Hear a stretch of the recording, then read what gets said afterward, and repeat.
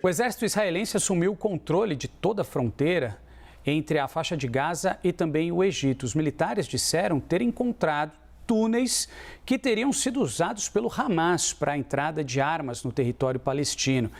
Vamos conversar com ela, mais uma vez, minha companheira de plantão. Sempre muito bom ter a Priscila Yazbek também aqui no nosso plantão, nossa correspondente direto de Paris. Tudo bem, Pri?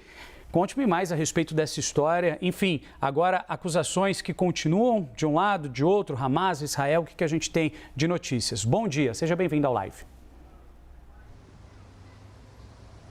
Oi, Renan, muito bom interagir com você, bom feriado para você e para todos que nos acompanham. Vamos trazer então essas notícias que infelizmente são notícias de mais ofensivas e também de mais mortes em Rafah. Vou começar respondendo a sua pergunta sobre essa tomada de Israel, dessa região que fica na fronteira entre Gaza e Egito. Segundo as forças de defesa israelenses, eles tomaram o chamado Corredor Filadélfia, que é um corredor de 14 quilômetros ao longo da fronteira de Gaza com o Egito. E eles falaram que conseguiram o controle operacional sobre a área. Isso significa que eles têm um controle em termos de coleta de inteligência e de alcance de tiro, mas não tem exatamente soldados em toda a extensão desse corredor. E por que esse corredor é estratégico? Segundo as forças israelenses, esse corredor tinha 20 túneis que ajudavam o Hamas a trazer mercadorias e também armamentos do Egito para dentro do enclave, para dentro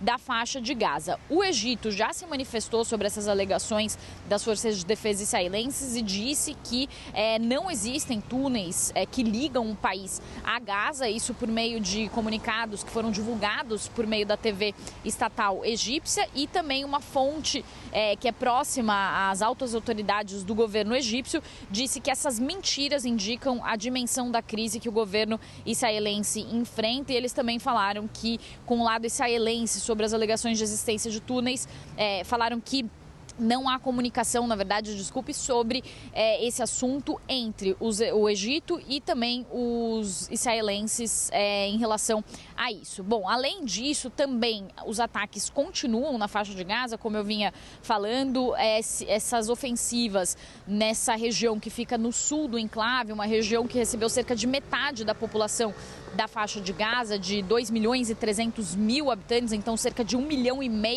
de palestinos se refugiaram nessa região do sul. E agora, então, chegam mais notícias de novos ataques, inclusive, infelizmente, o ataque mais recente que teria deixado 12 palestinos mortos, um ataque aéreo, e isso depois daqueles ataques que aconteceram ao longo da semana, principalmente aquele de domingo, que causou um forte incêndio, deixou pelo menos 45 pessoas mortas e também mais de 200 feridos. Em meio a isso, também vale lembrar que as autoridades médicas palestinas, que são controladas pelo Hamas, tentaram pedir para que os Estados Unidos interviessem e tentassem demover Israel de continuar essa operação em Rafah e também tentassem abrir corredores humanitários. Eles dizem que pessoas que estão feridas não estão conseguindo atendimento médico, estão morrendo por causa disso. E isso acontece, essa ofensiva em Rafah, mesmo diante daquela ordem do Tribunal Penal Internacional, que é o mais alto